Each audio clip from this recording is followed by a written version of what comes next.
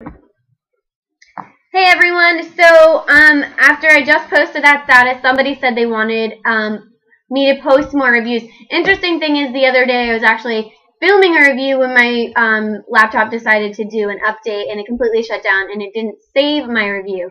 So I'm going to post another review, just this time I won't have the application of the foundation. So yeah, so you'll just hear about my words instead of actually seeing it. I'm going to do a review on the Philisophy just came out with 3 different foundations, if you didn't know. So they're typically like a fragrance line, like they have sprays, body washes, bath stuff, and I think they do a little bit of skincare stuff as well. But they just came out with a new foundation line. So there's 3 different foundations, and this one is called Hope in a Jar, and I have shade 4 and shade 6. So this retails at Ulta. You can only get these exclusively at Ulta. I'm not like promoting that. I'm just saying that I went to the Philisophy site and it said you can only get these at Ulta. I got these at Ulta and I didn't know it was only exclusive to that store.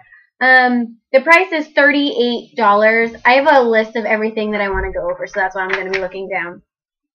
$38 for one of these foundations, okay? There are 10 shades. They range from 1 to 10, and they go back and forth between pink toned, yellow tone, pink tone, yellow tone. So that's why I have shades 4 and shade 6, because they are both yellow tone, and I use yellow, although 5 might be the right shade for me, because I mix these two together for the right shade. 6 is too dark and 4 is too light. 5 would be too pink for me. It would look pink on my face, and I don't wear pink, I wear yellow. So, yeah, you need to go every other one for your undertone, if you know what it is. This has an SPF of 20 in it. So if you like SPF in your foundation, that's a pretty high amount in a foundation. Usually I stick to something in the 5 to 12 range. I don't like to go over that, because any more than that, it's going to start to affect flash photography. The titanium dioxide is going to react with the flash photography and give you a white cast, so it's going to make your face look about 4 shades whiter than the rest of your body, and I absolutely hate that. So the bottle itself looks like this, and it's a pump top like this, so you can just kind of pump the foundation out onto the back of your hand and then kind of rub it in. So that's really nice, and these are plastic, not glass. Oh geez, sorry about that. So these are plastic, not glass, so these are travel friendly. And also it has a little thing that moves up from the bottom, so you can see it like pushes the foundation up, so you're not wasting any on the bottom. And if you're spending $38 on a foundation, that is awesome to have in there.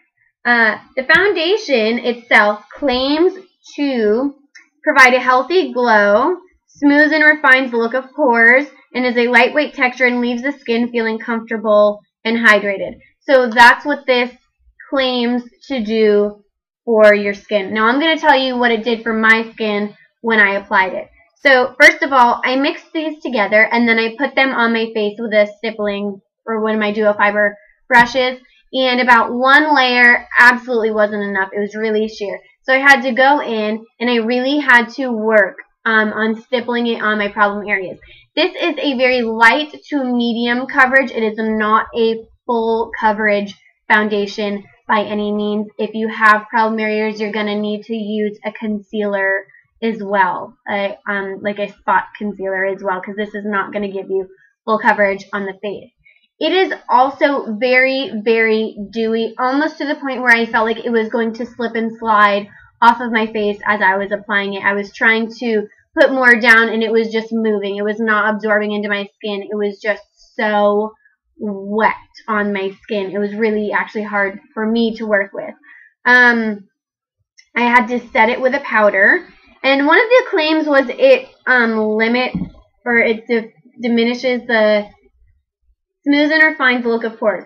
See, now I felt like this totally highlighted the look of my pores, and I don't typically have issues with pores. I don't like go out of my way to find primers that do stuff for my pores, so this was a letdown in that area. If you have like wrinkling or anything, this is going to settle in your wrinkles. I have like forehead wrinkles, and when I'm doing my eye makeup, I do this a lot. And by the time I was done doing my eye makeup, it was just all settled in the wrinkles, and I had to like push it back out and set it. And I was like, ooh, that is not a good indicator of how this is going to last. So I put a powder over it to set it, and I had to put more powder than I would usually because I like a matte look. I mean, I tried to like go a little bit more dewy than I usually do just because that's the nature of this foundation and that's how it's supposed to be worn. But I just had to set it with a powder, and unfortunately it looked really cakey instead of like natural. And just, it didn't last that long on my skin. I gave it about the 4-hour mark, and then it really looked like I was just wearing nothing on my face. So, I mean, we went natural pretty quickly. So, it didn't last long. If you're looking for a long-wearing foundation, this is not it. Who I would suggest this for? Girls who have a lot of money to spend on foundation, because $38 is a lot for this to not do a lot of, not have a lot of tricks in its bag. You have perfect skin, and you just want to cover up like your T-zone or something. It says you're supposed to apply this every 2 hours if you're out in the sun. So this is a foundation you're supposed to just reapply. That to me is bizarre. Why I don't go, yeah, if you like to reapply your foundation throughout the day, then yay you. That's a lot of work, girls. I spend like 20 minutes in the morning doing my face, and I don't worry about my face for the rest of the day. So, I mean, if you want to have to worry about it, apply it twice or every 2 hours. So, also, I would suggest this for really, really dry skin. If you have really dry skin, this is going to be super hydrating and really nice. Unfortunately, I have normal decombination skin, so sometimes my skin's not really oily. Like right now, I'm not really oily, but in the summertime, I'll get really oily in my T-zone. This would just perform horribly at that point. If I wore this in the summer, it would be like a no. So if you're one of those girls who gets really dry in the summer, you would like this because it is really light coverage. Looks like barely there foundation, so you would really like this. But for $38, I would never purchase this with my own money, and I wouldn't recommend this for any of the girls that I typically work on, because when you're going to wear foundation, it's because you want something to be covered up. So I can totally use this on my clients who have like perfect skin, and it's just, they just want something on their face just for a little bit of color. So that's about all I would use that for. Other than that, I wouldn't really suggest this foundation. I hate saying that because the packaging is so nice. Like, this packaging is killer. It reminds me of the Bourjois packaging, if anyone knows about the Bourjois foundation, the healthy skin. It's like over in England. Yeah. So, sorry, Philosophy. I totally didn't like this foundation, but I also have like certain needs that need to be met for my skin type. So I'm sure someone out there will totally love this.